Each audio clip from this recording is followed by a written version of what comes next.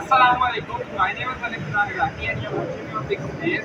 और आज जो है हमारा न्यू व्लॉग है, आपको कुतुबुद्दीन ऐबक के बारे में शेयर करवाते हैं।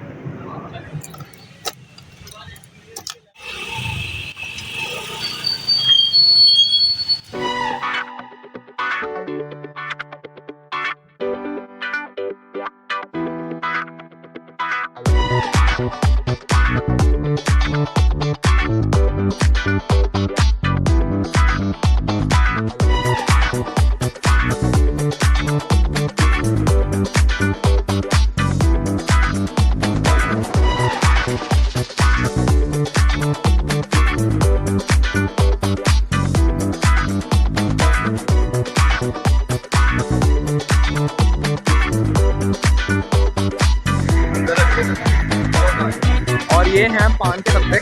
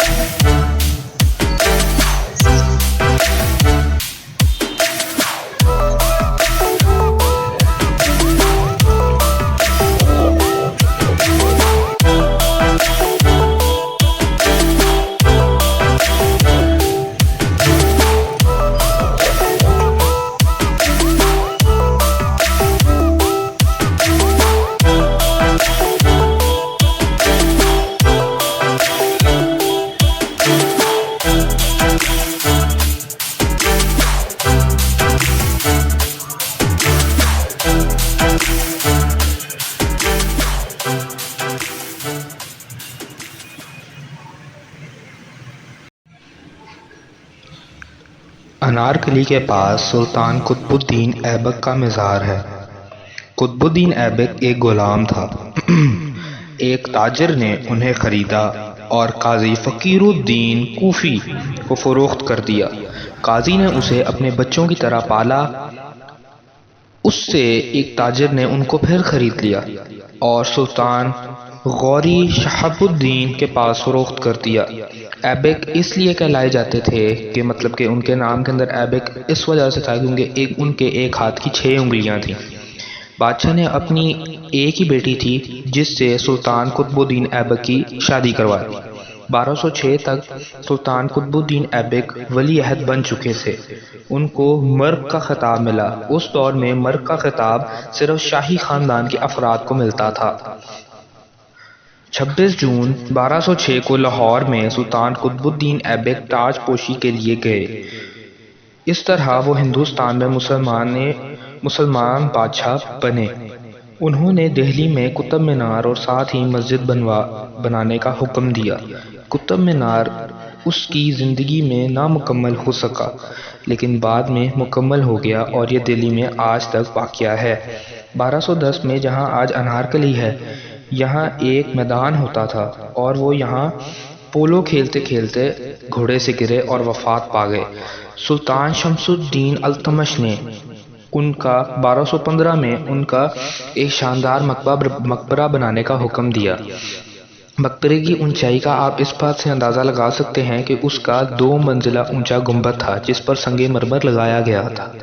1773 तक मकबरा मौजूद था और हर साल 14 रजब को मेला लगता था। लाहौर में सिखों ने कब्जे के बाद, जब लाहौर में सिखों का कब्जा हुआ, उसके बाद संगे मरमर उतारना शुरू कर दिया गया और जिसकी वजह से गुंबद ज़मीन बोस हो गया। वक्त के साथ बाकी अमारात भी ख़त्म हो गई। फिर बाद के अंदर अंग्रेज़ों ने लाहौर पर जब कब्ज़ा किया तो अंग्रेज़ों के दौर में एक शख्स ने कब्र के ऊपर अपना मकान ही बना लिया। ये कब्र उसने ख़त्म कर दी थी, लेकिन बाद के अंदर अंग्रेज़ों ने उसका घर मसमार करवाया और कब्र को फिर से बनाया।